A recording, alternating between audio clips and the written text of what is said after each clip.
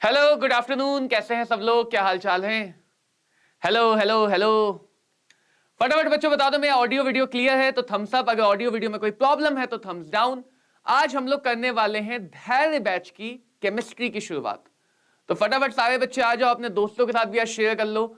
बहुत अच्छे तरीके से 12th के सिलेबस को खत्म करने वाले इस बैच के अंदर, और वो भी यूट्यूब पे ही सारे सेशन रहेंगे, बिल्कुल फ्री रहेगा और सारी इंफॉर्मेशन आपको दी जाएगी। तो फटाफट जल्दी से ज्वाइन करो। टाइमली हर दिन इसी टाइम पे क्लासेस आएंगी और प्रॉपर हम एक सिस्टमैटिक तरीके से इस कोर्स को लेके आगे चलेंगे। ठीक है, प्रॉपर सिस्टमैटिक तरीके से आगे लेके चलेंगे। थोड़ी बहुत बेसिक बातें करेंगे आज। और जिन 12th के बच्चों को लगता है कि भाई 11th कब करें, बहुत कॉमन डाउट है कि सर 11 खराब है, 11 बर्बाद है, 11 पढ़ी नहीं पढ़ी, चलो कोई बात नहीं, गलत किया लेकिन नहीं पढ़ी। तो अब क्या करना है कि अगर तुम दोनों 11 12 को टारगेट करते हो तो प्रॉब्लम होगी। तो प्रॉब्लम ये होगी कि तुम ना 11 पे फोकस कर पाओगे ना 12 पे फोकस कर पाओगे, सीधी सी बात है। तो जिन भी बच्चों को बहुत अच्छे से नीट में अपनी रैंक सिक्योर करनी है, नीट में टॉप 100, टॉप 50, टॉप 10 या टॉप 1 में आना है, उनके लिए सजेशन है कि पहले पूरा फोकस 12th पे होगा। कोशिश रहेगी हमारी कि जैसे जैसे हम 12th में जो जो टॉपिक आते जाएं 11th के उनको रिवाइज करते चले साथ में। एक बार जब 12th अच्छे से खत्म हो गया तो जाके हम 11 पे फोकस कर पाएंगे। ठीक है, तो जाके हम 11 पे फोकस करेंगे। तो फटाफट बच्चों जल्दी से आते हैं, जल्दी से स्टार्ट करते हैं सेशन। थोड़ा बहुत मैं आपको बता दूं कि हमारा एक नीट एग्जाम का डिस्कशन होने वाला है 7 मई को शाम को 5 बजे। उस डिस्कशन में नीट का जो इस बार पेपर होगा 2023 में, उसका कंप्लीट सॉल्यूशन, एनालिसिस और उस पर डिस्कशन होगा। तो 11 12 के बच्चों के लिए बहुत जरूरी है, ताकि पता तो चले भाई जिस एग्जाम से लड़ने जा रहे हैं उस एग्जाम की खासियत क्या है, उस एग्जाम के अंदर क्या क्या बातें हैं। ठीक है, तो नीट एग्जाम का इस डिस्कशन को जरूर देखना, ताकि तुम्हें आइडिया लग जाए कि अगर हम ये चीज पढ़ रहे हैं तो इसका फायदा क्या है, या ये कैसे नीट एग्जाम में आ सकती है, या 12th के जो बच्चे हैं 11 में कौन कौन से टॉपिक ज्यादा पूछे जाते हैं। तो एक आइडिया लगना बहुत जरूरी है। तो इस डिस्कशन में भी मिलेंगे हम लोग शाम को 5 बजे के बाद और संडे के दिन। ठीक है, चलो अब थोड़ी बहुत और बातें करते हैं। मेरा नाम बच्चों कमल शर्मा है। थोड़ा बहुत मैं अपना इंट्रोडक्शन दे दूं, जो बच्चे मुझे नहीं जानते। तो मेरा नाम है कमल शर्मा। मैंने पीजी कोर्स किया हुआ है केमिस्ट्री में ISM IIT धनबाद से 2015 में। पढ़ने में शुरुआत से हम तेज रहे। तो रिसर्च पेपर भी हमारा एक कॉलेज में हमारे रिसर्च पेपर पब्लिश होना था, तो शिव बेस एक इनऑर्गेनिक का कंपाउंड होता है, शिव बेस, उस पर रिसर्च की है। गवर्नमेंट की स्कॉलरशिप है, गवर्नमेंट मेधावी बच्चों को स्कॉलरशिप दिया करता है, तो वो भी हमने ली है। ठीक है, और बहुत समय से, बहुत ही ज्यादा समय से नीट और जेई में बच्चों को पढ़ा रहा हूं या गाइड कर रहा हूं, ये कह सकता हूं। देखो टीचर का काम क्या है, गाइड करना, मेंटोर करना या चीजों को समझाना। तो हमारा काम वो है, वो काम मैं बहुत समय से कर रहा हूं। बहुत सारे बच्चे सेलेक्ट हुए हैं, बहुत सारे बच्चे अच्छी रैंक लेके आए, और उम्मीद करता हूं कि इस बैच में से भी कम से कम 70 से 80% बच्चे सेलेक्ट होंगे, 70 से 80%, और अच्छी रैंक लेके आएंगे। बहुतों को पढ़ा चुका हूं और अभी बहुतों को पढ़ाना बचा है। तो शुरू करते हैं बच्चों। हमारा जो ये चैप्टर होने वाला है, इस चैप्टर का नाम है लिक्विड सॉल्यूशन। क्या नाम है? Liquid solution. Liquid solution is all about solution. ये चैप्टर 11th क्लास के 2 चैप्टरों से जुड़ा हुआ है। एक का नाम है मोल कॉन्सेप्ट, अगर डर लगता है तो डरो मत, खत्म होगा, अच्छे से समझ में आएगा। और दूसरे का नाम है केमिकल इक्विलिब्रियम। थोड़ा बहुत इक्विलिब्रियम की बातें हैं। मोस्टली ये चैप्टर सैचुरेटेड सॉल्यूशन, सैचुरेटेड समझते हो, जहां पे सॉलिबिलिटी मैक्सिमम है, तो सैचुरेटेड कंडीशन पे सॉल्यूशन में क्या क्या प्रॉपर्टीज हैं, सॉल्यूशन में क्या क्या बातें मिलती हैं, उनको समझाता है। तो लिक्विड सॉल्यूशन चैप्टर में अगर मैं अभी बता दूं तो आज हम लोग क्या कवर करेंगे, आज हम लोग करेंगे कंसंट्रेशन टर्म्स के बारे में कवर, कि कंसंट्रेशन टर्म्स क्या होता है जो 11 का है, कैसे हम कंसंट्रेशन टर्म्स को यूज करते हैं और कैसे उनकी मदद से चीजों को एनालाइज करते हैं। तो सबसे पहली बात, what is a solution? Solution क्या होता है बच्चों? तो जो बच्चे आ गए फटाफट यार थम्स अप थम्स डाउन आग लगा दो यार, ताकि पता चल जाए हाँ जोश है ना पढ़ने का। पहले दिन से जोश रहेगा और आखिरी तक मेंटेन करना है। तो ये पढ़ने का जोश है या नहीं है? तो ये जोश होना चाहिए, इस जोश के साथ ही पढ़ाई होगी। जितना हम यहां पढ़ेंगे उससे दुगना तुम्हें घर पे जाके प्रैक्टिस करनी है। कैसे हो यार मनु, कैसे हो? बढ़िया। तो जोश होना बहुत जरूरी बच्चों पढ़ाई के लिए। चलो देखते हैं सोल्यूशन का मतलब क्या है। अगर मैं दो या दो से ज्यादा चीजें जो आपस में रिएक्ट नहीं करते हैं उनको हम मिला देते हैं होमोजीनियसली। होमोजीनियसली का मतलब क्या हुआ? यूनिफॉर्मली, ऐसा नहीं कहीं पे ज्यादा कहीं पे कम, हर जगह एक जैसा। तो अगर दो या दो से ज्यादा चीजों को हम होमोजीनियसली मिला देते तो ऐसे कंसंट्रेशन या ऐसे सॉल्यूशंस को, ऐसे मिक्सचर्स को ही कहा जाता है सच्चे सॉल्यूशन। ये हमारे सच्चे सॉल्यूशन होते हैं, ट्रू सॉल्यूशन। जैसे पानी में आपने चीनी घोल दी, पानी में आपने नमक घोल दिया, पानी में आपने कुछ और कोई गैस डिसॉल्व कर दी, तो हमारे पास अलग अलग टाइप के सॉल्यूट होते हैं। वेरी गुड, मैं समय हूं, बढ़िया, ठीक है बात। तो सॉल्यूशन का मतलब क्या है? दो या दो से ज्यादा चीजों को होमोजेनियसली मिलाना, जो हम सबको पता है। सॉल्यूशन के हम जितनी भी चीजें हैं उनको दो पार्ट में कैटेगराइज कर लेते हैं। फर्स्ट इज हमारे पास सॉल्वेंट। कॉमन लैंग्वेज में बोल दो तो जिसमें घोल रहे हो तुम, जिसमें किसी चीज को क्या कर रहे हो? घोल रहे हो, that is solvent, that is solvent. और जिसको घोल रहे हो दैट इज सॉल्यूट। तो किसको घोला जा रहा है ये भी देखना है, और किसमें घोला जा रहा है ये भी देखना है। यूजुअली सॉल्वेंट हमेशा एक ही फेज होता है, और ये हमेशा किसमें होता है? लार्जेस्ट अमाउंट में। ये हमेशा लार्जेस्ट अमाउंट में होता है। और सॉल्वेंट की एक और अच्छी बात यह है कि सॉल्वेंट ही सॉल्यूशन को फिजिकल अपीयरेंस देता है। सॉल्वेंट ही सॉल्यूशन को क्या देता है? Physical appearance. क्लियर है बात? कहीं भी कोई डाउट आए तुरंत चैट में लिखना, तुरंत क्लियर करना। डाउट पूछना सबसे ज्यादा इंपॉर्टेंट है। बिना डाउट क्लियर, देखो ऐसा एक बहुत पहले मेरे टीचर ने कहा था कि डाउट दो प्रकार के बच्चों को नहीं आता है। एक वो जिन्हें सब आता है, ऐसा कोई बच्चा नहीं, आइडियल केस, और एक वो जिसे कुछ नहीं आता है। तो हमें दोनों कैटेगरी में नहीं जाना है। डाउट आना बहुत जरूरी है, ठीक है? डाउट आना बहुत जरूरी है। तो अगर यहां पे बात करें तो वो जो भी कंपोनेंट होगा सॉल्वेंट, वो हमेशा फिजिकल अपीयरेंस प्रोवाइड करेगा। सॉल्वेंट के बेसिस पे, सॉल्वेंट के बेसिस पे हम सॉल्यूशन को तीन टाइप से डिवाइड करते हैं: सॉलिड सॉल्यूशन, लिक्विड सॉल्यूशन और गैसियस सॉल्यूशन। ध्यान ये रखना, जब भी मैं सॉल्यूशन बोलता हूं मोस्टली तुम बच्चों के दिमाग में जो इमेज आती है वो एक लिक्विड की आती है, राइट? जब भी मैं सॉल्यूशन बोलता हूं तो इमेज कौन सी आएगी? एक लिक्विड की आएगी। अगर मैं बोलूंगा सॉल्यूशन तो चीनी, पानी, नमक का घोल सोच लोगे। बट सॉल्यूशन सॉलिड फेज में हो सकता है, for simple example alloys. Solution gaseous phase में हो सकता है, हमारे आसपास का एटमॉस्फेयर। एंड सॉल्यूशन को डिफाइन करते हैं सॉलिड, लिक्विड या गैसियस में based on the physical state of solvent. Solvent he physical state decide करता है। तो इस पूरे चैप्टर का पूरा नाम है लिक्विड सॉल्यूशंस, यानी मोस्टली जो हम सॉल्यूशन मान के चलेंगे इस चैप्टर में वो कैसा होगा? लिक्विड होगा। कैसा होगा? लिक्विड होगा, राइट? लिक्विड नेचर का सॉल्यूशन पढ़ा जाएगा। लेकिन इसका ये मतलब नहीं कि सॉल्यूशन लिक्विड है तो सॉल्यूट हमेशा लिक्विड होगा।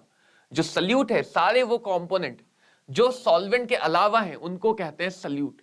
एंड वो सॉल्यूट सॉलिड भी हो सकता है, गैसियस भी हो सकता है, लिक्विड भी हो सकता है।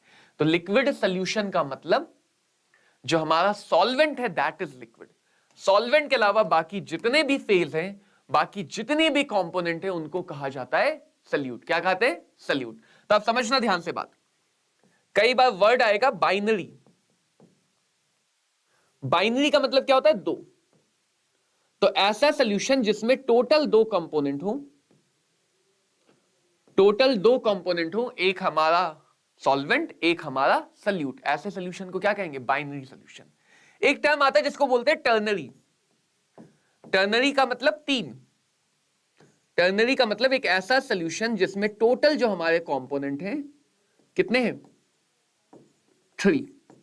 टोटल कंपोनेंट 3 है। तो इट ऑल डिपेंड्स ऑन कि हम किस टाइप के सॉल्यूशन को पढ़ेंगे। यूजुअली इस चैप्टर में मोस्टली हम बाइनरी लिक्विड सॉल्यूशन की बात करेंगे। बाइनरी लिक्विड सॉल्यूशन की बात करेंगे। क्लियर है? अब आती है मेन काम, कंसंट्रेशन। बहुत कंसंट्रेशन लगा के इस बात को समझना। अगर मैंने तुम्हें कहा कि एक बीकर है बच्चों, क्या है? बीकर है, और इस बीकर में एक सॉल्यूशन बनाया है हमने, सॉल्वेंट लिया,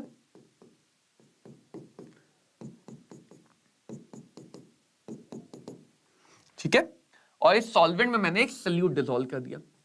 क्या डिसॉल्व कर दिया? सॉल्यूट डिसॉल्व कर दिया। घोल दिया भाई, घोल दिया पानी में, मैंने अमृत घोल दिया, मान लो पानी में क्या घोल दिया, अमृत घोल दिया। अब क्या ये बता पाओगे, अगर मैं तुम्हें इतना बोल दूं कि पानी में मैंने 50 ml अमृत घोला, क्या वो अमृत बहुत पावरफुल होगा, बहुत प्रभावशाली होगा या कम होगा? अगर मैं तुम्हें सिर्फ इतना बता दूं कि मैंने कितना घोला है, तो क्या तुम इसकी शक्ति, इसकी ताकत को बता पाओगे कि सोल्यूशन पावरफुल है या वीक है? नहीं बता पाओगे। अगर मैं तुम्हें इतना बता दूं कि मैंने 5000 किलोग्राम चीनी घोली है, लेकिन मैंने तुम्हें बताया नहीं कितने पानी में घोला है, मैंने उसी 5000 किलो चीनी को मान लो घोल दिया पूरे समुद्र के अंदर, ओशन में, सी के अंदर, पैसिफिक ओशन में, तो क्या वो ओशन में कुछ बदलाव कर पाएगा, कोई चेंज कर पाएगा? नहीं कर पाएगा। तो पानी में या किसी भी सॉल्वेंट में कितना घोला गया ये भी जानना जरूरी है, कितने में घोला गया ये भी जानना जरूरी है। जब तक ये दोनों अमाउंट हमें नहीं पता होंगे, हम नहीं बता पाएंगे सॉल्यूशन की स्ट्रेंथ कितनी है। तो कॉन्सेंट्रेशन में जो सबसे इंपॉर्टेंट बात है, जो बच्चे नहीं समझते हैं और फिर क्वेश्चन गलत करते हैं, वो ये कि कॉन्सेंट्रेशन कभी भी तुम्हें अमाउंट नहीं बताता है, कॉन्सेंट्रेशन बच्चों तुम्हें बताता है सॉल्यूशन की स्ट्रेंथ को, सॉल्यूशन की स्ट्रेंथ को, वो भी एक रेशियो के टर्म में, कितना घोला गया है डिवाइडेड बाय कितने में घोला गया। ये जितना ज्यादा होगा कॉन्सेंट्रेशन उतना ज्यादा होगा, कॉन्सेंट्रेशन उतना ज्यादा होगा। समझ पाए इस बात को? नहीं समझ पाए तो आप समझो कि कॉन्सेंट्रेशन का मतलब जिसको हमने घोला है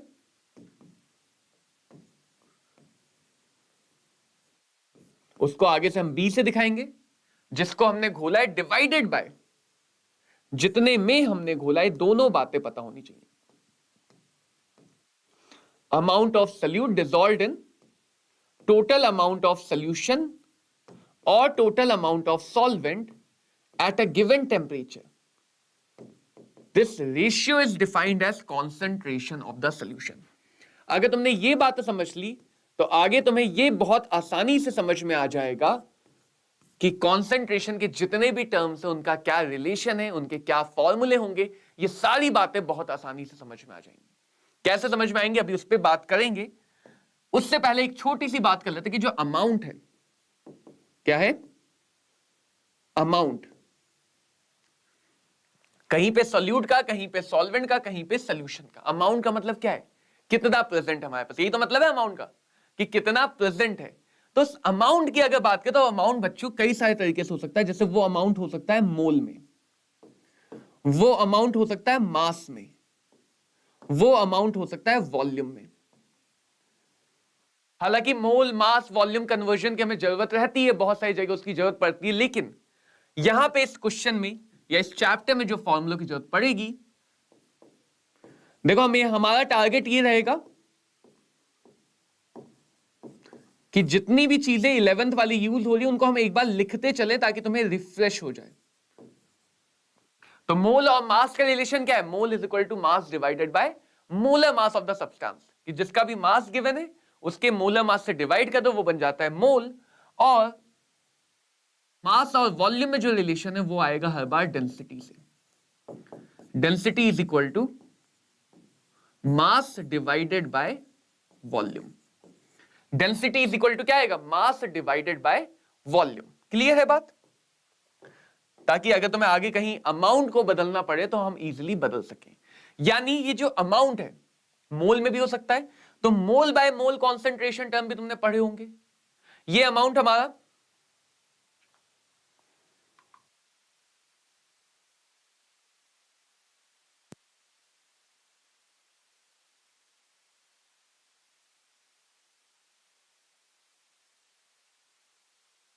बच्चों, तो जो कॉन्सेंट्रेशन है उसमें जो अमाउंट है उसको हम अलग अलग तरह से रख सकते हैं, इसीलिए अलग अलग कॉन्सेंट्रेशन टर्म है। यानी जितना भी तुमने सुना ना, molarity, molality, normality, formality, mole fraction, percentage, ppm, PPB, PPT, जितने भी टर्म सुने वो सारे के सारे टर्म यही फॉर्मूले से। तो सबसे जो बड़ा डर रहता है मोल कॉन्सेप्ट में कि कंसेंट्रेशन ही बदल नहीं पाते हैं। कितने जगह चैप्टर में जरूरत होती है, मोलैरिटी की मिक्सिंग में गलती कर देते हैं बच्चे, डाइल्यूशन में गलती कर देते हैं। रीजन कि हम इस बात को नहीं समझते कि सारे टर्म यही हैं, हर टर्म हमें कॉन्सेंट्रेशन में यही समझा रहा है, कितना डिसॉल्व है, कितने में डिसॉल्व है। वो मोल में समझा सकता है, वो मास में समझा सकता है, वो वॉल्यूम में समझा सकता है, वो इनको मिक्स मैच करके भी समझा सकता है कि कितने मोल डिसॉल्व है, कितनी वॉल्यूम में, मोलैरिटी, कितना मोल डिसॉल्व है, कितने मास में, मोलैलिटी, कितने इक्विवेलेंट डिसॉल्व है, कितने वॉल्यूम में, नॉर्मैलिटी, कितने मोल डिसॉल्व है, कितने मोल में, मोल फ्रैक्शन, कितना ग्राम डिसॉल्व है 100 ग्राम में, परसेंटेज। तो जितने भी कॉन्सेंट्रेशन टर्म है सब यही है। क्लियर है बात? जितने भी कॉन्सेंट्रेशन टर्म है सब यही समझाते हैं। तो इस बात को बहुत अच्छे समझना है। एक छोटा सा क्वेश्चन देता हूं मैं तुम्हें, फिर कॉन्सेंट्रेशन टर्म पे आगे लेके जाते हैं। Suppose we have 30 gram acetic acid, कितने मोल होंगे, कितने मोल होंगे? Suppose I have 0.5 mole NaOH, कितने ग्राम होंगे, कितने ग्राम होंगे? Suppose I have 5 ml methanol, 5 ml methanol CH3OH whose density is 0.8 gram per ml। इसके वॉल्यूम कितने, वॉल्यूम तो हमें गिवन है ना, मास कितना होगा? And last one, suppose I have 10 ml of let's say sulfuric acid whose density is 1.2 gram per ml। 1.2 gram per ml कितनी है? 1.2 ग्राम पर ml है। तो इसमें बच्चों हमारे मोल कितने होंगे? चलो फटाफट यहीं पे पेन पेपर उठाओ और सॉल्व करो। बहुत जरूरी है कि हर एक क्वेश्चन को तुम मेरे साथ सॉल्व करते हुए चलो, क्योंकि अगर मेरे साथ सॉल्व नहीं करोगे तो घर में आलस करोगे, और घर में आलस करोगे तो फिर वो चीज समझ नहीं पाओगे। तो ये सारे क्वेश्चन मेरे साथ सॉल्व करो। हमारा हमेशा अप्रोच रहेगा, क्वेश्चन तुम उससे पहले सॉल्व करो। तुम्हारी कैलकुलेशन, डर लगता है ना कैलकुलेशन में? क्यों लगता है? क्योंकि हम पेन पेपर नहीं चलाते। खासकर से नीट के बच्चों को बायो पढ़ पढ़ के आदत हो जाती है लेट के बैठ के आराम से किताब में लाइन पढ़ने की। बायो में अच्छी बात है, बट केमिस्ट्री में, फिजिकल एंड फिजिक्स में पेन पेपर चलाना बहुत इंपॉर्टेंट है। पेन और पेपर चलाना बहुत इंपॉर्टेंट है। तो फटाफट इसका आंसर बताओ, जल्दी से, जल्दी से इसका आंसर बताओ। देखो फॉर्मूला हमारे दिमाग में होना चाहिए। एटॉमिक मास अगर मैं इनके बताऊं, कार्बन का 12, आई थिंक मोलर मास निकालना सबको आना चाहिए। इसका मोलर मास 60 ग्राम पर मोल, सोडियम का 23। अगर नहीं याद है तो अब तक याद कर लो सारे एटम के मोलर मास। इसमें मोलर मास की जरूरत नहीं है, जहां जरूरत है वहीं पे निकालेंगे। मोलर मास की जरूरत तभी पड़ती है जब मोल से मास या मास से मोल पे आना हो, तभी हमें मोलर मास की जरूरत पड़ती है। अदरवाइज हमें मोलर मास की कोई भी जरूरत नहीं पड़ती है। ठीक है बात? चलो देखो, मोल निकालना है, डायरेक्ट तरीका बताऊं। फॉर्मूला लगाना चाहो तो मास डिवाइडेड बाय मोलर मास।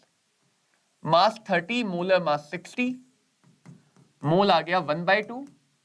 ऐसे और शुद्ध लिखना चाहो 0.5 मोल, आधे मोल है 30 ग्राम एसिटिक एसिड। ये और ये एक ही बात है, अलग अलग यूनिट में। ये भी वही क्वांटिटी है, ये भी वही क्वांटिटी, बस यूनिट क्या है? अलग है, यूनिट अलग है। मोल से मास निकालना है, फिर से वही formula, mole is equal to mass by molar mass. Mole is equal to mass divided by molar mass, cross multiply कर देंगे, 40 लेफ्ट साइड में आ जाएगा, 40 इंटू 0.5, 0.5 से 0 कट जाएगा, 5 4 20 ग्राम आ गया। यूनिट पे बहुत ध्यान रखो, यूनिट पे बहुत ध्यान रखो। तो ये मोल मास वॉल्यूम कन्वर्जन की हमें जरूरत पड़ेगी, इसलिए पहले इस बात को समझ ले। डेंसिटी और मास का जब भी रिलेशन है, या वॉल्यूम और मास का रिलेशन है density, density is equal to mass divided by volume, right? Mass divided by volume. तो डेंसिटी कितनी है? 0.8। मास कितना है? मास हमें निकालना है। वॉल्यूम कितनी है? 5 ml। तो मास कितना आ जाएगा? 0.8 मल्टीप्लाई बाय 5, 4 ग्राम। ग्राम क्यों आया? क्योंकि डेंसिटी ग्राम में दी हुई थी। ग्राम क्यों आया? क्योंकि डेंसिटी हमें ग्राम में दी हुई थी। अगर ml को, अब देखो वॉल्यूम से अगर मोल पे जाना है तो मोल और मास को हम रिलेट कर रहे हैं, वॉल्यूम और मास को। तो कभी भी वॉल्यूम ऑफ लिक्विड से हम डायरेक्टली मास पे या मोल पे नहीं जाएंगे, पहले मास पे जाएंगे। कैसे? Density is equal to mass divided by volume. तो यहां से मास आ जाएगा 12 ग्राम। देन यूज करेंगे दूसरा formula, mole is equal to given mass which is 12 divided by molar mass 98। तो यहां से हमारा आ जाएगा मोल, यहां से हमारा आ जाएगा मोल, जो लगभग 0.1 के आसपास आएगा। अप्रोक्सीमेटली बता रहा हूं, एग्जैक्ट नहीं, 0.1।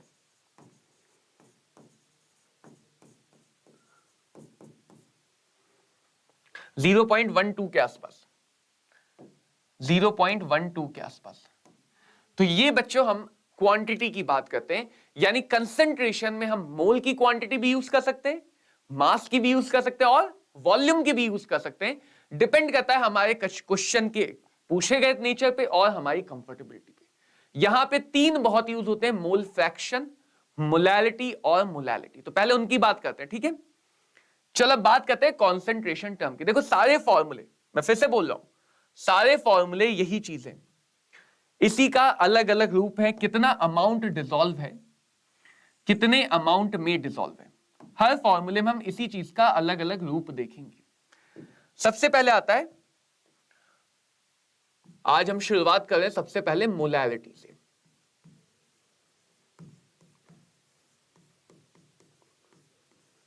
मोलैलिटी का मतलब मोल ऑफ सल्यूट। पूरे चैप्टर में हम सल्यूट को दिखाएंगे B से और सॉल्वेंट को दिखाएंगे A से, ठीक है। ये सिंबल्स रहेंगे। मोल को दिखाएंगे M से,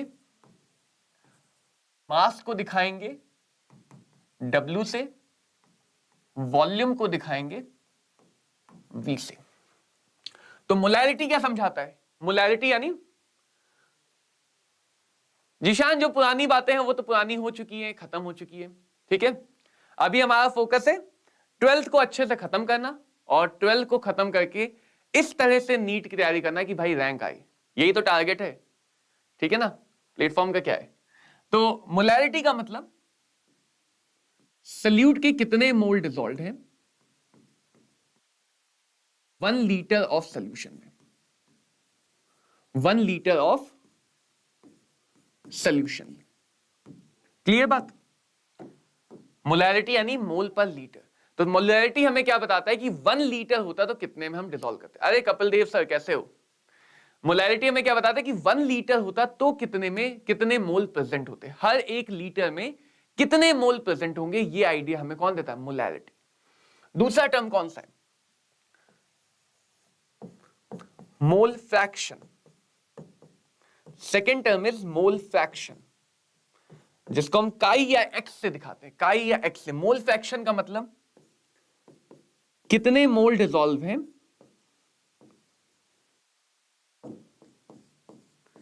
अगर मेरे पास टोटल मोल 1 मोल है तो उसमें से सल्यूट के कितने मोल डिसॉल्व हैं। टोटल 1 मोल में से सल्यूट के कितने मोल डिसॉल्व हैं, इसको हम बोलते हैं मोल फ्रैक्शन। इसको हम क्या बोलते हैं? Mole fraction.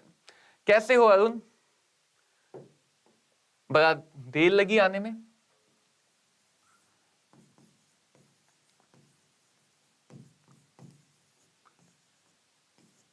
तीसरा टर्म आता है विच इज मोलैलिटी। कौन सा आता है? मोलैलिटी। अभी समझो, अभी तक हम अमाउंट चीख रहे थे, चिल्ला रहे थे कि अमाउंट कितना कितना। अब उस अमाउंट को हमने स्पेसिफाई कर दिया, कितने मोल हैं 1 लीटर में, दैट इज मोलैलिटी। कितने मोल हैं 1 मोल में, यानी ऊपर और नीचे रेशियो में बात हो रही है हर बार। कितने मोल हैं 1 किलोग्राम में, दैट इज मोलैलिटी। तो मोलैलिटी का मतलब मोल ऑफ सल्यूट पर किलोग्राम ऑफ सॉल्वेंट। सिर्फ अकेला मोलैलिटी ऐसा टर्म है जहां पे हम लोग क्या कर रहे हैं? टोटल सॉल्वेंट में से बता रहे हैं। बाकी सब टर्म में ध्यान रखो, सॉल्यूशन, आगे भी हर टर्म में सॉल्यूशन आएगा। सिर्फ मोलैलिटी एक ऐसा टर्म है जहां पे हम टोटल में क्या ले रहे हैं? टोटल में हम ले रहे हैं सॉल्वेंट, कितने सॉल्वेंट में डिसॉल्व है। क्लियर सबको ये बात? फटाफट यार थम्स अप करके बताओ ये बात क्लियर है या नहीं क्लियर है। फटाफट थम्स अप करके बताओ ये बात क्लियर है या क्लियर नहीं है। आगे समझ लेते हैं फॉर्मूलेज। तो मोलैलिटी का फॉर्मूला हो गया मोल of solute divided by volume of solution. बस मोल को मोल में रखना, सॉल्यूशन की वॉल्यूम को किस में रखना? लीटर में। अब हमारे पास यूजुअली जो प्रैक्टिकल लैब की बात करें तो भाई यूजुअली वॉल्यूम लीटर में तो रहती नहीं, एमएल में रहती है, तो इसको बदल लेते हैं, चलो कोई बात नहीं। मोलैरिटी में अगर वॉल्यूम को एमएल में चाहिए तो 1000 से डिवाइड होगा, वो 1000 डिवाइड ऊपर जाके मल्टीप्लाई में हो जाएगा। तो अगर वॉल्यूम ऑफ सॉल्यूशन को हम एमएल में रखना चाहते हैं तो ऊपर आ जाएगा 1000 का मल्टीप्लीकेशन, 1000 का मल्टीप्लीकेशन। सो ये बन जाता है हमारा मोलैरिटी का एक्सप्रेशन। फॉर्मूला याद करना है, इसका यूज अभी सिखाया जाएगा, ठीक है। फॉर्मूला याद रखना है, फिर अभी इसका यूज भी सिखाया जाएगा। यूनिट की बात करो तो मोल पर लीटर, तो यूनिट हो जाएगा मोल पर लीटर, जिसका दूसरा नाम है मोलर, और इसका ही सिंबल है कैपिटल एम। तो हम मोलैरिटी को moles, molar, moles per litre, molar या फिर कैपिटल एम से दिखा सकते हैं। हालांकि एक बार तुम ये सारी बातें पढ़ चुके हो, बस हम एक छोटा सा क्विक रिवीजन कर रहे हैं कॉन्सेंट्रेशन टर्म्स का। क्लियर है बात? मोल फ्रैक्शन पे आते हैं, सेम फॉर्मूला, सारे फॉर्मूले रेशियो रहेंगे, ऊपर अमाउंट नीचे अमाउंट। मोल फ्रैक्शन में हमने क्या कर दिया है, मोल of solute divided by total moles. यहां पे बताया सॉल्यूशन की वॉल्यूम में, यहां पे बताया सॉल्यूशन के टोटल मोल्स में, तो ये बन जाता है mole fraction. Fraction is always part of one. Fraction का मतलब है एक में कितना है। फ्रैक्शन मल्टीप्लाई बाय 100 करोगे, किसी भी फ्रैक्शन को अगर तुमने 100 से मल्टीप्लाई किया तो that will become percentage, that will become percentage. Fraction multiply by 100 that means percentage. Clear है बात? सबको क्लियर? फटाफट बताओ यार, सबको क्लियर है नहीं क्लियर है? दूसरी बात, मोल फ्रैक्शन की वैल्यू हमेशा 0 से 1 के बीच में होगी। सिंपल सा लॉजिक है ना कि परसेंटेज 100 का पार्ट है, परसेंटेज हमेशा 100 से कम होता है, 0 से 100। फ्रैक्शन 1 का पार्ट है तो फ्रैक्शन हमेशा 1 से छोटा होगा।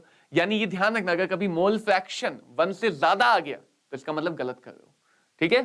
तुरंत वापस पीछे जाना, सही करना, आगे बढ़ना। तो mole fraction should always be less than 1। Mole fraction हमेशा 1 से कम होना चाहिए। क्या सबको क्लियर हो गई बात? फटाफट बता दो, क्या सबको क्लियर है?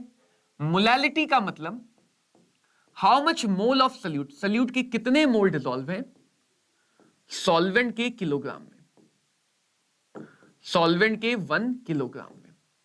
सो molality is mole of solute divided by mass of solvent in kilogram. यहां भी किलोग्राम की जगह अगर ग्राम में बात करना चाहे तो that will be mole of solute divided by mass of solvent in gram multiply by 1000। 1000 क्यों आया? Gram divided by 1000 will be kilogram. तो वो डिवाइड का डिवाइड था इसलिए मल्टीप्लाई में चला गया, डिवाइड का भी डिवाइड था इसलिए मल्टीप्लाई में चला गया। कहां चला गया? मल्टीप्लाई में। कहां चला गया? मल्टीप्लाई में। क्लियर? आगे यूनिट की बात करें, यूनिट क्या होगी मोलैलिटी की?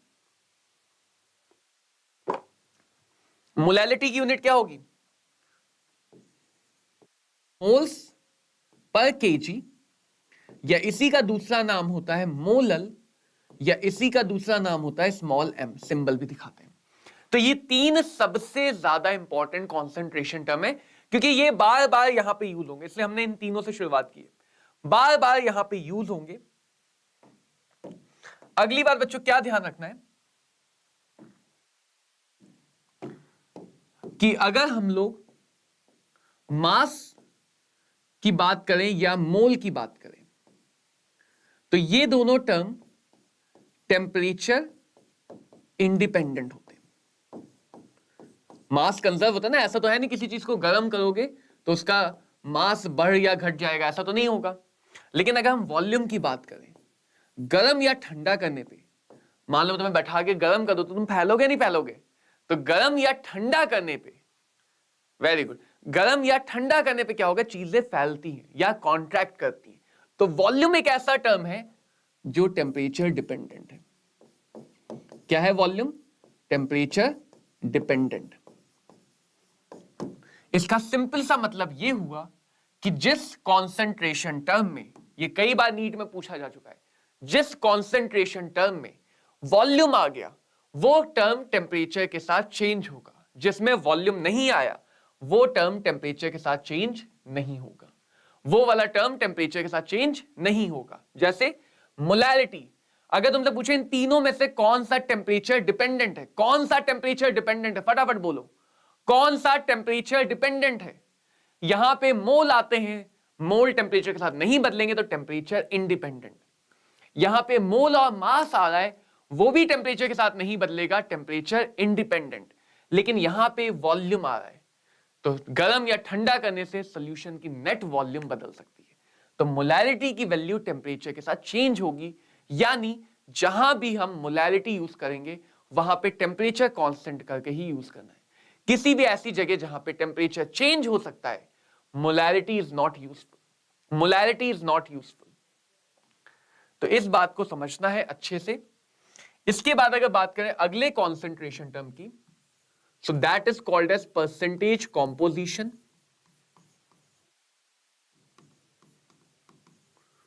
इसको हम बोलते हैं परसेंटेज कॉम्पोजिशन। परसेंटेज का मतलब how much solute is dissolved,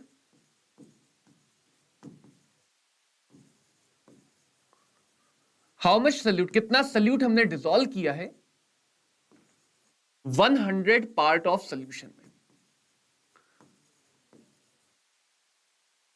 100 part of solution में। यानी इसका क्या मतलब हुआ, इसका मतलब देखो क्या हुआ, इसका मतलब ये हुआ कि जो परसेंटेज है दैट विल बी, याद करो फ्रैक्शन मल्टीप्लाई बाय 100, तो परसेंटेज में भी हम रेशियो ही निकालते हैं, परसेंटेज में भी हम क्या निकालते हैं, रेशियो। सिर्फ अंतर इतना सा है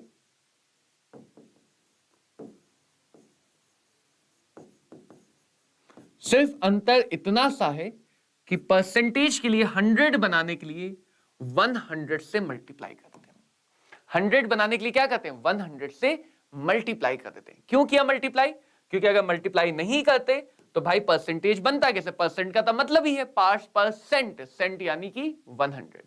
सो परसेंटेज के लिए बस 100 से मल्टीप्लाई किया। अगली बात ध्यान रखना, परसेंटेज अकेला ऐसा है जो हम तीन टाइप के पढ़ते हैं, मास बाय मास परसेंटेज, या percentage by weight, mass by volume percentage, and volume by volume percentage. बहुत ऑब्वियस सा मतलब है, बहुत ही ऑब्वियस सा मतलब है। क्या मतलब है, मास बाय मास होगा तो ऊपर भी मास नीचे भी मास, मास बाय वॉल्यूम होगा ऊपर भी मास नीचे वॉल्यूम, वॉल्यूम बाय वॉल्यूम होगा ऊपर नीचे वॉल्यूम वॉल्यूम, सिंपल सी बात। तो अलग अलग टाइप के परसेंटेज पढ़े जाते हैं। अगर कुछ नहीं बोला गया, ये डिफॉल्ट केस बहुत गड़बड़ कराते हैं, डिफॉल्ट केस बहुत पंगा करते हैं। क्यों, क्योंकि बच्चा बस परसेंट लिखा, वो कंफ्यूज है कि सर इसमें तो लिखा ही नहीं कि मास परसेंट निकाले वॉल्यूम निकाले, दिया गया वॉल्यूम है, पूछा गया सिर्फ परसेंटेज है। तो हमेशा ध्यान रखना, अगर सिर्फ परसेंटेज बोला गया तो हमेशा हम मान के चलेंगे वो कौन सा है, मास बाय मास। कौन सा परसेंटेज, मास बाय मास। और अब चाहे पीपीएम हो चाहे पीपीबी हो चाहे पीपीटी हो, सबका एक ही मतलब, 100 में कितना है, मिलियन में कितना है, बिलियन में कितना है, ट्रिलियन में कितना है। यानी कि अगर पीपीएम चाहिए, सेम फॉर्मूला, सिर्फ मल्टीप्लाई बाय 100 की जगह multiply by 10 to the power 6। Parts per million बताता है कि 1 मिलियन में कितना है। अगर बिलियन में बात हो तो सेम फॉर्मूला, बस multiply by 10 to the power 9। अगर ट्रिलियन में बात हो तो सेम फॉर्मूला, बस multiply by 10 to the power 12। तो पार्ट्स पर सेंट का मतलब 100 में, फ्रैक्शन का मतलब 1 में, fraction multiply by 1, percent multiply by 100, million multiply by 10 to the power 6, billion multiply by 10 to the power 9 and trillion multiplied by 10 to the power 12। तो इन सारी बातों को हमें ध्यान में रखना है। क्लियर है इतनी बात। एक और कंसंट्रेशन टर्म को देख लिया जाए फटाफट, फिर हम इस पे क्वेश्चन देखेंगे। एक और आता है नॉर्मेलिटी। नॉर्मेलिटी का मतलब क्या है, मोलैरिटी जैसा ही है, बस मोल की जगह यहां पे बात की जाती है ग्राम इक्विवेलेंट में। Number of gram equivalent of solute dissolved in 1 litre of solution. यहां भी अगर ml में यूज करें तो मल्टीप्लाई बाय 1000, या फिर normality is equal to n factor multiplied by molarity. n factor multiply by molarity. अभी n फैक्टर क्या होता है, ग्राम इक्विवेलेंट क्या होता है, ग्राम इक्विवेलेंट n फैक्टर में रिलेशन क्या होता है, ये सारी बातें अभी धीरे धीरे आगे आएंगी। फिलहाल के लिए नॉर्मेलिटी पे ज्यादा फोकस मत करो, ज्यादा यूज नहीं होगा, ज्यादा यूज बाकी टर्म्स का होगा। देखो एक बहुत सिंपल सा क्वेश्चन, बहुत सिंपल सा क्वेश्चन, नोट्स में तुम्हें इसके आंसर भी मिल जाएंगे। एक सोल्यूशन बनाना है H2SO4 का, इतना वेट है, हर कॉन्सेंट्रेशन टर्म में समझना। अब इस क्वेश्चन को फटाफट सॉल्व करो, फटाफट इसको सॉल्व करो। हेलो ममता, हेलो, क्या हालचाल? था लेट हो तुम लोग, लेकिन कोई बात नहीं। कॉन्सेंट्रेशन टर्म देखो आना बहुत जरूरी है, उसके बाद ही लिक्विड सोल्यूशन में वेपर प्रेशर, कॉलिगेटिव प्रॉपर्टी अच्छे से समझ में आएंगी। तो हर कॉन्सेंट्रेशन टर्म में 3 चीजें होती हैं, कितना कॉन्सेंट्रेशन है, कितना सल्यूट है, कितना सोल्यूशन है। पहले टाइप के क्वेश्चन ऐसे हैं जहां पे हमें कुछ अमाउंट दिए हैं, दूसरा निकालना है। कौन से कॉन्सेंट्रेशन की बात हो रही है? मोलैरिटी। कौन सी बात हो रही है? मोलैरिटी। क्या क्या दिया है हमें? फिजिकल केमिस्ट्री के क्वेश्चन को अगर आसान करना, सबसे आसान तरीका बता रहा हूं, जानना है सबसे आसान तरीका? अगर फिजिकल केमिस्ट्री क्वेश्चनों को आसान करने का तरीका जानना तो बताओ। सबसे आसान तरीका यह है कि देख लो क्या क्या दिया है।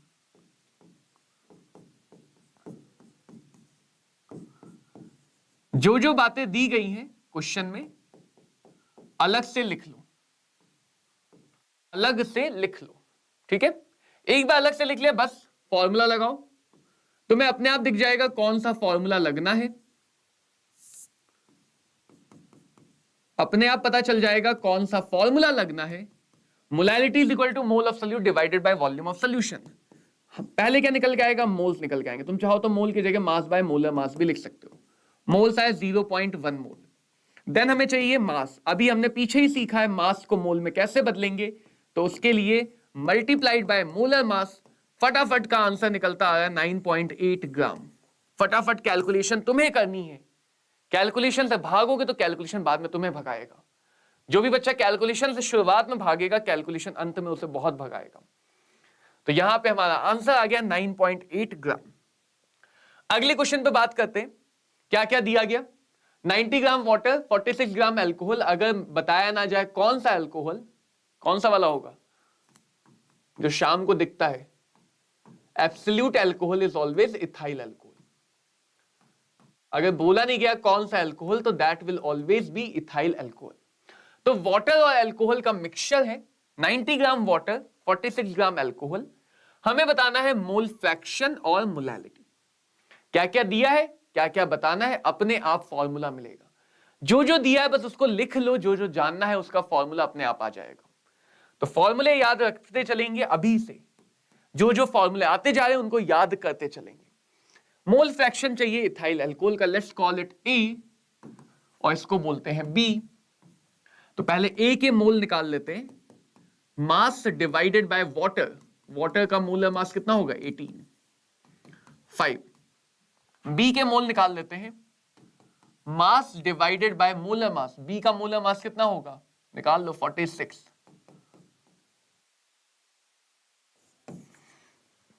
मोल फ्रैक्शन चाहिए, तो mole fraction of ethyl alcohol, fraction का मतलब एक का पार्ट, कितने मोल है डिवाइडेड बाय टोटल मोल। आया आंसर? नहीं आया? आप आया? जल्दी जल्दी करना है बच्चों, कैलकुलेशन कैलकुलेशन जल्दी करनी है। मोल फ्रैक्शन किसका चाहिए? बी का, कि बी मतलब एल्कोहल। एल्कोहल के कितने मोल हैं? 1 मोल। फॉर्मूला लिख दूं? चलो, कुछ बच्चे कहते हैं सर पहले फॉर्मूला लिख दिया करो। बी के कितने मोल हैं? 1। ए के कितने हैं? 5। कितना आ गया? 1/6।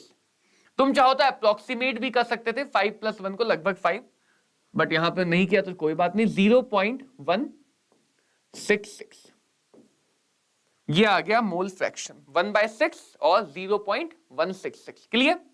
अगला क्या चाहिए? अगला क्या चाहिए? Molality.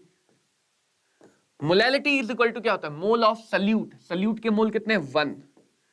Divided by mass of solvent. Solvent का मास कितना है 90, बट ग्राम में है, मोलैलिटी में ग्राम में रखोगे तो ऊपर 1000 से मल्टीप्लाई। अगर तुमने मास को ग्राम में रखा तो ऊपर 1000 से मल्टीप्लाई करना पड़ेगा। कितना आ जाएगा 100/9, 9 1 is 9, 9 1 is 9 आता ही जाएगा। तो ये आ गया मोल लल। Mole fraction unitless. अगर ऊपर और नीचे सेम यूनिट में क्वांटिटी है तो यूनिटलेस, ऊपर और नीचे सेम यूनिट है तो यूनिटलेस, अलग अलग है तो यूनिट, ऑब्वियस यूनिट डायमेंशन। आया समझ में कि कैसे हम डायरेक्टली कॉन्सेंट्रेशन निकाल सकते हैं, कैसे हम डायरेक्टली कॉन्सेंट्रेशन को निकाल सकते हैं। इसमें बात कर लेते हैं, थोड़ा सा और समझेंगे। यस, बहुत बढ़िया ज्योति, बहुत बढ़िया, बहुत बढ़िया। जो शुरुआत से देखो जुड़ा है, शुरुआत से मेहनत कर रहा है, मान के चलो बहुत अच्छे से बहुत जल्दी 12th का सिलेबस खत्म होगा। फिर से मैं बोल रहा हूं, किसी भी बच्चे को अगर दिमाग में ये 12th और 11th कैसे खत्म करें मत सोचो, मत सोचो 11 के बारे में। 11 बर्बाद है, बर्बाद है ये सोच के 12th बर्बाद हो जाएगी, तो ये बिल्कुल मत सोचो, ठीक है। 12th पे फोकस करेंगे, अपने आप सारे जो भी टॉपिक हैं वो यूज होंगे, समझ में आते जाएंगे। 0.2 मोल है Na2CO3 का, 100 ml में मिलाया गया। हमें आयन का कॉन्सेंट्रेशन निकालना है। चलो पहले Na2CO3 की बात कर लेते हैं। ये क्या है ना, क्वेश्चन आसान ही वाला है ना, क्वेश्चन तो आसान है। प्रॉब्लम क्या आती है जब यही चीज किसी बड़े से टॉपिक के अंदर छोटी से यूज होता है, हम इस बात को मिस कर जाते हैं। कंसेंट्रेशन चाहिए आयन का, मान लो इक्विलिब्रियम में सॉल्युबिलिटी प्रोडक्ट की बात करो तो कॉन्सेंट्रेशन चाहिए आयन का, कई बार हम पूरे मॉलिक्यूल का रख देते हैं। ये छोटी छोटी बातें मिस होती हैं, इन पे ध्यान देना है कि अभी जो हम मोल रख रहे हैं वो Na2CO3 का है। सोल्यूशन की वॉल्यूम 100 ml है, इसलिए 1000 से मल्टीप्लाई, तो ये आ गया 2 moles per litre, 2 moles per litre. अब क्या समझना है कि जो Na2CO3 है, Na2CO3 ये आयोनाइज होके देगा 2 Na+ और 1 कार्बोनेट आयन, यही तो देगा। क्रॉस हो जाता है, जो नीचे का नंबर है वो क्रॉस हो जाता है। तो अगर हमसे आयन की मोलैलिटी पूछी गई है, सो मोलैलिटी ऑफ Na+, ये जो भी Na2CO3 की मोलैलिटी उसका डबल हो जाएगा। डबल क्यों हुआ? क्योंकि ये 2 आयन दे रहा है, 4 मोलर। और मोलैलिटी ऑफ कार्बोनेट आयन, जो भी Na2CO3 की मोलैलिटी है उसका उतना ही टाइम्स रह जाएगा, क्योंकि ये एक ही आयन दे रहा है। जितना भी Na2CO3 उसका डबल Na+ मिलेगा और उतना ही कार्बोनेट आयन मिलेगा। तो ये ध्यान रखना, कभी कभी हम आयन की कंसंट्रेशन भी यूज करेंगे। तुम्हें क्वेश्चन में जैसे कॉलिगेटिव प्रॉपर्टी आएगा तो तुम्हें क्वेश्चन पढ़ के पता होना चाहिए ना कि अरे कहां पे हमें किस चीज की मोलैलिटी चाहिए, कहां पे हमें किस चीज की मोलैलिटी चाहिए। आई बात समझ? क्लियर? चलो बढ़े आगे। अब बच्चों ये वाला क्वेश्चन तुम्हारे लिए होमवर्क रहने वाला है। जो भी होमवर्क क्वेश्चन उनके आंसर तुम्हें मिल जाएंगे, लेकिन आंसर बनाना नहीं है, नहीं आंसर निकालना हमारा टारगेट है। हमारा टारगेट है पहले बातों को समझना। एक बार बात समझ में आ गई, क्वेश्चन सॉल्व हो गया, आंसर फिर मैच कर लेना बाद में। तो आंसर दे रहा हूं, ये वाला भी तुम्हारे लिए होमवर्क है अब, क्योंकि अब ये क्वेश्चन तुम कर लोगे, अब ये क्वेश्चन कर लोगे। क्वेश्चन को थोड़ा समझो, ऐसे क्वेश्चन को समझना, ठीक है। यस, बहुत बढ़िया, बहुत ही बढ़िया। ऐसे क्वेश्चन को क्या समझना है, इसको हम बोलते हैं कॉन्सेंट्रेशन कन्वर्जन। यहां पे जो इंफॉर्मेशन है वो percentage, percentage is already a concentration. हमें ऑलरेडी क्या दिया है, एक कॉन्सेंट्रेशन ही दिया है।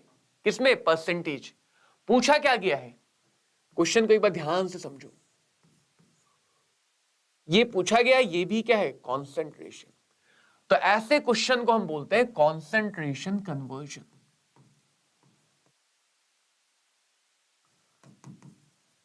इस क्वेश्चन के 3 पार्ट होते हैं। कितने पार्ट होते हैं? 3 पार्ट। क्या क्या पार्ट? पहला पार्ट मतलब सिंपल सा क्या है, जैसे मोल को मास में बदलना है, मास को मोल में, वही काम यहां पे करना है। कन्वर्जन का मतलब ही है कि हम एक प्रकार की क्वांटिटी को, एक अलग टाइप की क्वांटिटी को दूसरे टाइप की क्वांटिटी में बदलेंगे, ठीक है। कन्वर्जन का मतलब ये होता है। तो देखो, सबसे पहले जो दिया गया है, जो भी कॉन्सेंट्रेशन दिया गया है उसका मतलब समझ लो। परसेंट मतलब कितने में, 100 में। तो ये बता देगा 40 ग्राम ग्लूकोज प्रेजेंट है। ग्लूकोज का molecular formula C6H12O6। 40 gram glucose present है कितने में, 100 ग्राम ऑफ सोल्यूशन में। 100 ग्राम ऑफ सोल्यूशन में। दूसरा पार्ट, तीसरा पार्ट क्या होगा, जो पूछा गया है, जो कॉन्सेंट्रेशन टर्म पूछा गया है, कौन सा पूछा गया, मोलैलिटी। तो मोलैलिटी होता है मोल of solute divided by mass of solvent in kilogram, right. तो ये हमारे क्वेश्चन के दो पार्ट है तीन में से, कि एक तो हमें कुछ दिया गया है, उससे हमें इंफॉर्मेशन मिलेगी, जो पूछा गया उसका फॉर्मूला देखना है। अब सोचो कि भाई ये वाली बात और ये वाली बात कैसे आएगी, इन इंफॉर्मेशन से वो कैसे आएगी, ये क्वेश्चन का मेन सेकंड स्टेप है। हमें चाहिए मोल। मोल आता है मास डिवाइडेड बाय मोलर मास से।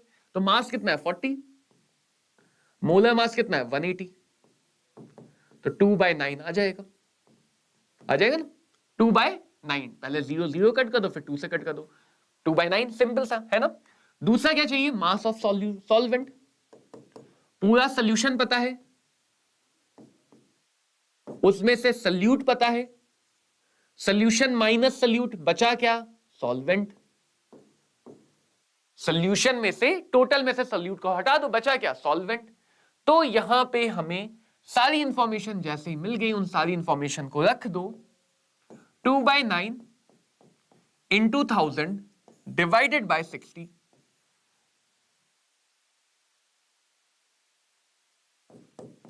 100 divided by 27, 100 divided by 27, 3 point के आसपास समथिंग आंसर बनेगा। 100 डिवाइडेड बाय 27 और जो आंसर बनेगा 3 पॉइंट समथिंग बनेगा, मोलर। तो ये चीज कहलाती है कॉन्सेंट्रेशन कन्वर्जन। इस चैप्टर में भर भर के ऐसे क्वेश्चन हैं जहां पे तुम्हें मोल फ्रैक्शन को मोलैलिटी में, मोलैलिटी को मोलैरिटी में ऐसे हमें बदलना पड़ेगा। सबको क्लियर है? तो फटाफट मुझे थम्स अप दो यार, फटाफट एक थम्स अप दे दो, टीज द थंडर। तो अगर सबको क्लियर है तो ये बहुत इंपॉर्टेंट बात है। अगर समझते हो तो ये तीन काम हमेशा करते हैं जब भी हमें ये करना होता है, कॉन्सेंट्रेशन कन्वर्जन। डायरेक्ट तरीका भी बताता हूं कैसे करेंगे। पहला काम है जो दिया गया है उससे इंफॉर्मेशन निकालना। तीसरा काम है जो पूछा गया उसमें क्या इंफॉर्मेशन चाहिए। दूसरा काम है उसके अकॉर्डिंग अपनी इंफॉर्मेशन को बदलना, उसके अकॉर्डिंग अपनी इंफॉर्मेशन को बदलना। एक बार प्रैक्टिस हो गई तो बहुत जल्दी ये काम हो जाता है। देखो एक और क्वेश्चन दिखाता हूं। जैसे ऐसा क्वेश्चन है, ठीक है, ध्यान से देखना। वेरी गुड, वेरी गुड, बहुत बढ़िया ज्योति। वॉल्यूम चाहिए, ठीक है, निकाल लेंगे। 98% weight by weight H2SO4 solution. Density given है सॉल्यूशन की। प्रोड्यूस करना है 1 litre 2 molar H2SO4 solution. Question को थोड़ा सा समझो। जब क्वेश्चन में लगे ना थोड़ा, अब देखो धीरे धीरे लेवल बढ़ेगा। शुरुआत में लगता है सर आसान क्वेश्चन करा रहे हो सर, ये तो हमें आता है। लेवल बढ़ता है अचानक से गायब। तो धीरे धीरे क्वेश्चन का लेवल बढ़ेगा। अब इसमें ज्यादा चीजें दिमाग में लेके चलनी है, समझो क्या क्या है। तो थोड़ा दिमाग में विजुलाइज करो कि ऑलरेडी हमारे पास एक सोल्यूशन है, छोटा सा सोल्यूशन है, छोटू सा सोल्यूशन है। क्या है ये सोल्यूशन? 98% weight by weight. कैसा सोल्यूशन है? 98% वेट बाय वेट का सोल्यूशन है, ठीक है, बढ़िया, बहुत बढ़िया। इस सोल्यूशन की कितनी वॉल्यूम ली जाए? इस सोल्यूशन के हमने कोई वॉल्यूम लेंगे, ठीक है, बढ़िया बढ़िया, ये भी यहां तक बढ़िया। इस वॉल्यूम की मदद से, इतनी वॉल्यूम की मदद से हम एक नया सोल्यूशन बनाना चाह रहे हैं जो सोल्यूशन 1 लीटर का होगा। कितनी वॉल्यूम होगी? 1 लीटर। बंदे पानी नहीं मिला देंगे। मान लो मैंने 10 ml लिया, जैसे घर में शुगर सिरप है, तुमने शुगर सिरप का 1 चम्मच लिया, उसमें पानी घोला, अपना मीठा बना के पी गए। तो वैसे ही तो करें कि हमने थोड़ा सोल्यूशन लिया, उसमें 1 लीटर के आसपास तो जितना भी कम होगा पानी मिला देंगे, लेकिन जो सोल्यूशन बने वो कितना बने? 2 मोलर H2SO4। जो सोल्यूशन बने वो कितना मिले? 2 मोलर H2SO4, ठीक है बात। तो इसके लिए क्या करेंगे कि ये सब समझ में आया कि जो भी हम मिला रहे हैं, पानी मिला रहे हैं, ये मिला रहे हैं, वो मिला रहे हैं, सल्यूट तो नहीं बदल रहे ना। पहले ये निकाल लेते हैं कि यहां पे कितना सल्यूट है, H2SO4 कितना है। कैसे निकालेंगे? Molarity is equal to mole of solute divided by volume of solution, जो ऑलरेडी लीटर में है। तो मोल मिल गया 2 मोल। कितना मिल गया? 2 मोल। ये पहला काम हुआ। अब आगे सोचो, अगला काम ये है, अगला काम ये होगा कि जो हमें दिया गया है वो वेट बाय वेट, मास के टर्म में बात हुआ, तो मोल से फायदा नहीं दिखेगा। तो चलो इस मोल को बदल लेते हैं मास में। So mass of H2SO4 will be mole of H2SO4 multiply by 98। कितना आ गया? 196 का। ये दूसरी चीज हो गई, ठीक है। तीसरी चीज, अगेन 98% है। 98 का मतलब, परसेंट का मतलब क्या है कि 100 ग्राम होगा तो उसमें 98 होगा। हमें कितना चाहिए? 196। तो सोल्यूशन का मास कितना लेंगे? इसका मास कितना होगा? वॉल्यूम पे सीधे नहीं जा सकते क्योंकि परसेंटेज कौन सा है? मास बाय मास। इसका मतलब क्या है? 100 ग्राम सोल्यूशन में 98 ग्राम H2SO4 है। हमें कितना H2SO4 चाहिए? दुगना। हमें H2SO4 कितना चाहिए? दुगना, तभी तो सोल्यूशन बन पाएगा। हमें जो H2SO4 चाहिए वो दुगना चाहिए। तो उस दुगने H2SO4 के लिए क्या करना होगा? हमें चाहिए अब सोल्यूशन का मास। सोल्यूशन का, इस नए पुराने वाले सोल्यूशन का कितना मास होगा? तो वो हो जाएगा 98 196 इंटू 100 डिवाइडेड बाय 98, 200 ग्राम। वरना यहां से तुम यूनिटरी भी सोच सकते हो कि 100 ग्राम में 98 है, तो 1 ग्राम में 98 डिवाइडेड बाय 100 होगा या ऐसे उल्टा कर लो, 1 ग्राम H2SO4 के लिए 100 बाय 98 लेना पड़ेगा। तो 196 ग्राम H2SO4 के लिए कितना लेना पड़ेगा? इस तरह से भी ये सोच सकते थे, ठीक है। आया समझ? अब हमें सोल्यूशन का मास मिल गया। चाहिए क्या? वॉल्यूम, डेंसिटी गिवन, हो गया काम। तो चौथा काम क्या हो गया? उस सोल्यूशन की वॉल्यूम ऑफ सोल्यूशन आ जाएगा मास 200 gram divided by density which is 1.8। इतने ml सोल्यूशन में पानी मिला के 1 लीटर 2 मोलर सोल्यूशन बना सकते हैं। आया समझ में? फटाफट बताओ। देखो ये क्वेश्चन थोड़ा सा लेंदी था। लेंदी क्यों था? क्योंकि इसमें कई सारी चीजों को समझना था। जब हम एक बार चीजें समझते हैं उसके बाद हम कई सारी चीजों को मिला के एक बड़ा सा क्वेश्चन भी सॉल्व कर सकते हैं। प्रॉब्लम यही आती है बच्चों में कि वो जब अलग अलग चीजें नहीं कर पाते, मोल मास कन्वर्जन नहीं करेंगे, दिमाग में इंफॉर्मेशन नहीं रखेंगे कि कौन सी चीज किसकी है, तो ऐसे क्वेश्चनों में बच्चे फंसने लग जाते हैं। ऐसे क्वेश्चन में फिर कंफ्यूज होने लग जाते हो। अब देखो ऐसे क्वेश्चन के लिए आसानी सा तरीका बता दूं। आसान सा तरीका क्या है? आसान सा तरीका यह है कि हमारे 3 बेसिक से कन्वर्जन है। पहला है molarity is equal to mass by mass percentage density of solution multiply by 10 divided by molar mass of solute. ये पहला रिलेशन है।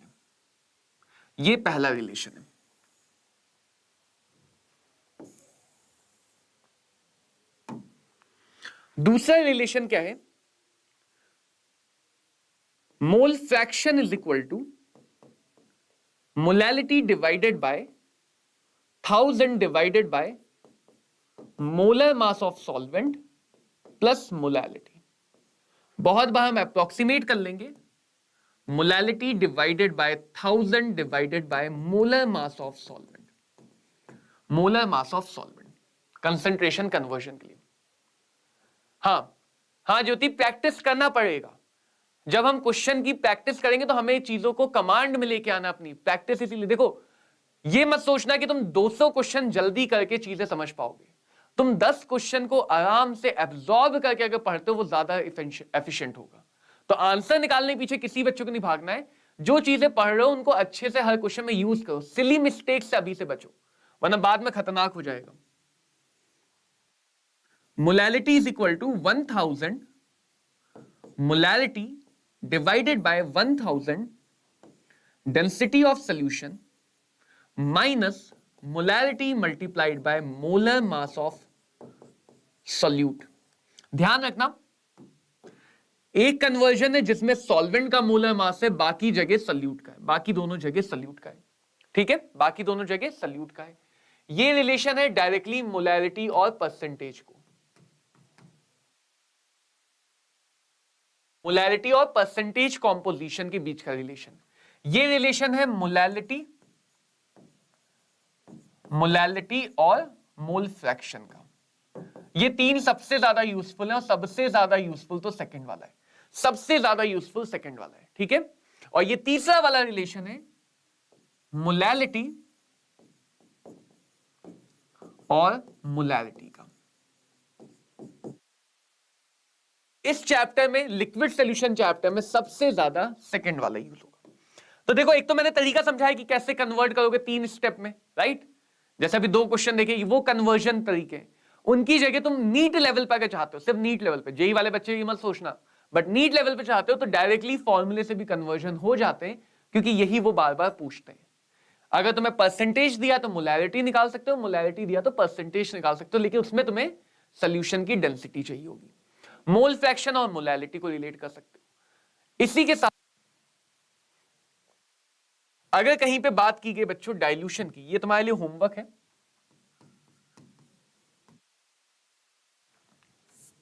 अगर कहीं पे बात की गई डाइल्यूशन की, डाइल्यूशन का मतलब क्या होता है, what is the meaning of dilution?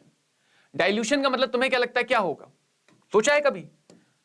Dilution मतलब मेरे पास एक सॉल्यूशन था, क्या था?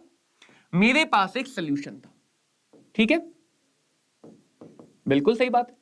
इसका कुछ कॉन्सेंट्रेशन था, मोलैरिटी थी, कुछ वॉल्यूम थी। डाइल्यूट करने का मतलब वीक करना, डाइल्यूट करने का मतलब वीक करना, वीक करने का मतलब सॉल्यूशन की स्ट्रेंथ को घटाना, कंसंट्रेशन को घटाना। कैसे घटाओगे? कंसंट्रेशन होता है सॉल्यूट का अमाउंट ऊपर और सॉल्यूशन या सॉल्वेंट का अमाउंट नीचे, सॉल्यूशन या सॉल्वेंट का अमाउंट नीचे। तो अगर मैं किसी तरह से डिनोमिनेटर को बढ़ा दूं, किसी तरह से इस डिनोमिनेटर को बढ़ा दूं, तो कॉन्सेंट्रेशन वैल्यू क्या होगी? घटेगी। इस प्रोसेस को बोलते हैं डाइल्यूशन। क्या बोलते हैं? इस प्रोसेस को हम बोलते हैं डाइल्यूशन। यानी डाइल्यूशन करने में क्या किया जाता है कि बाहर से हमने ऐड किया, क्या ऐड किया? सॉल्वेंट।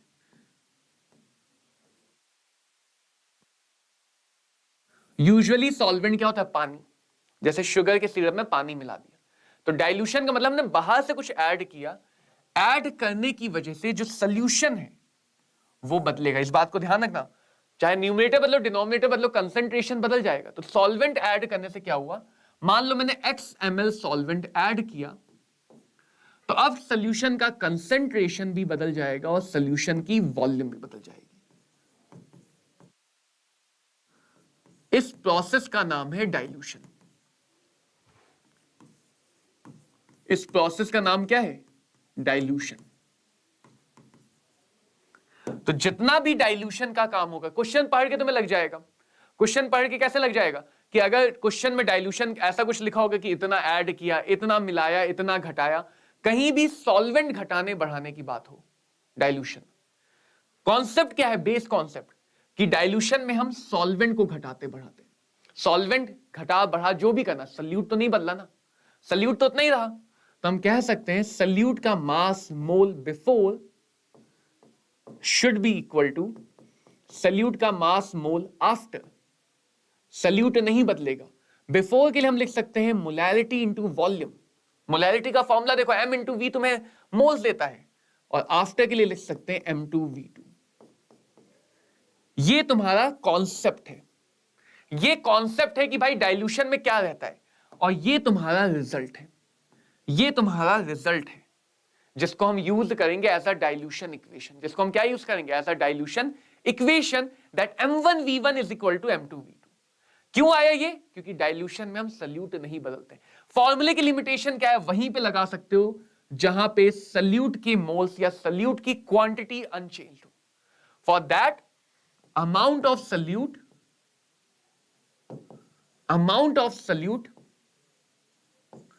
should be constant। अगर सल्यूट का अमाउंट कांस्टेंट है तो वहां पे हम ये इक्वेशन लगा सकते हैं which is m1v1 is equal to m2v2, m1v1 is equal to m2v2। Clear है सबको ये बात? जैसे देखो इस क्वेश्चन का आंसर बताओ फटाफट इस क्वेश्चन का आंसर बताओ। देखते हैं कितने बच्चे सही बता पाते हैं, कितने बच्चे सही बता पाते हैं। फटाफट, क्योंकि मुझे पता है अगर मैं ऐसे बोलूंगा तो कई बच्चे जल्दबाजी में गलती करेंगे और हम चाहते हैं कि प्रेशर में तुम उसी गलती को अवॉइड कर पाओ, प्रेशर में आने पे तुम उसी गलती को अवॉइड कर पाओ, यही हमारी चाहत है। तो इस क्वेश्चन का आंसर फटाफट बताएंगे। Find the amount of water required to be added in a 250 ml semi का मतलब आधा, आधे का मतलब हाफ का मतलब आधा, semi molar solution to make it a deci, deci का मतलब 1/10, डेसी का मतलब 1/10। क्वेश्चन पढ़ के लगा कि डाइल्यूशन है, बिल्कुल है ना? डाइल्यूशन है या नहीं है? डाइल्यूशन बिल्कुल है। पहले कुछ अमाउंट था वाटर का, बाद में कुछ हो गया। पहले कंसेंट्रेशन कुछ था, बाद में कुछ हो गया। क्यों बदला ये कंसेंट्रेशन? सॉल्वेंट मिला के। तो डाइल्यूशन तो किया हमने, डाइल्यूशन तो किया। m1v1 डाइल्यूशन से पहले बराबर m2v2। m1 कितना है? पहले की मोलैरिटी, पहले वाली रख लो 1/2। वॉल्यूम कितना है? 250 ml। दोनों तरफ वॉल्यूम है तो दोनों तरफ ml में रखोगे तो भी चलेगा, एक तरफ दोनों तरफ लीटर में रखोगे तो भी चलेगा, एक तरफ ml एक तरफ लीटर नहीं चलेगा। बाद वाली मोलैरिटी कितनी है? 1/10। बाद वाली वॉल्यूम, यही तो हमें जानना था, ये तो नहीं पता है ना बात? ये तो हमें नहीं पता है। चलो देख लेते हैं।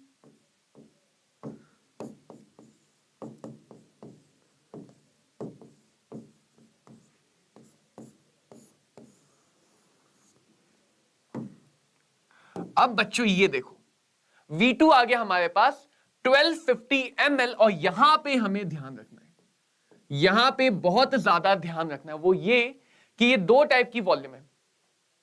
अभी तक नहीं आया ज्योति? अब समझ में आया? m1v1 m2v2 समझ में आया नहीं आया? m1v1 is equal to m2v2 लगाया। पहले की वॉल्यूम पता है 250, पहले की मोलैरिटी आधी, सेमी मतलब आधा। बाद की वॉल्यूम हमें नहीं पता है, लेकिन बाद की मोलैरिटी यानी m2 पता है। डाइल्यूशन हो रहा था तो m1v1 is equal to m2v2। Clear है बात? तो अब यहां पे ध्यान देना, ये जो आता है V2 ये है फाइनल वॉल्यूम।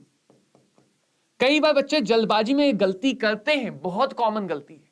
हमसे ये नहीं पूछा कि फाइनल वॉल्यूम कितनी है, हमसे पूछा गया है कि कितना ऐड किया गया है, हमसे पूछा गया है कि कितना ऐड किया गया है।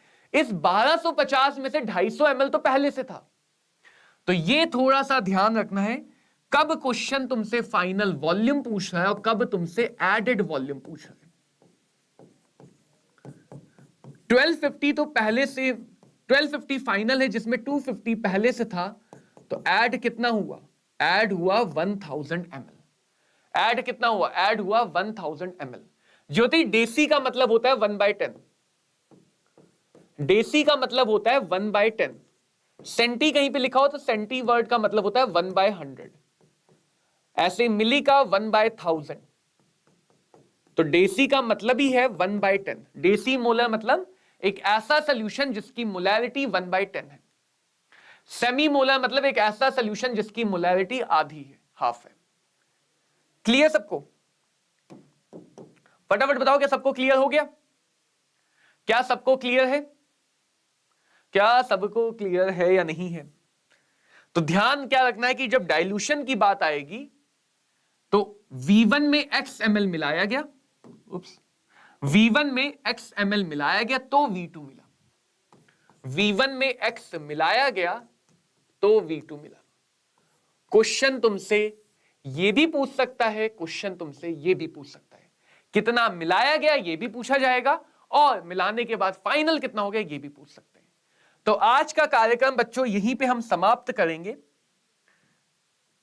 फटाफट होमवर्क सुनते जाओ। You have to revise everything.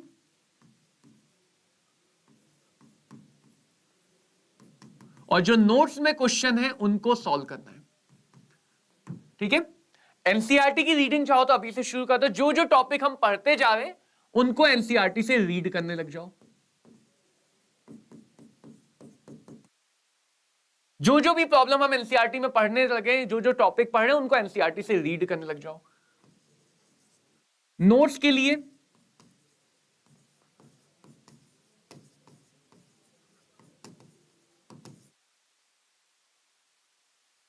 Telegram channel का लिंक मिल जाएगा डिस्क्रिप्शन में, तो टेलीग्राम चैनल पे देख लेना, वहां से तुम्हें नोट्स मिल जाएंगे, ठीक है। आगे की क्लास की टाइमिंग के लिए भी नोट्स मिल जाएगा। Class usually same time daily होंगी, अनलेस अनटिल कोई चेंज होगा तो उसके लिए हम आपको नोटिफाई कर देंगे। इसी टाइम पे डेली इसी चैनल पे ही होंगी क्लासेस, और पूरा सिलेबस भी कवर होगा। 12th का पूरा सिलेबस ऐसे ही अच्छे से क्वेश्चन के साथ समझ समझ के खत्म होगा, ठीक है। तो जितने भी तुम्हारी छोटी मोटी क्वेरी है वो इसलिए मैं यहां पे लिख रहा हूं। नोट्स कहां पे मिलेंगे? नोट्स आपको बच्चों मिल जाएंगे टेलीग्राम चैनल पे। क्लियर है बात? और आखिरी बात,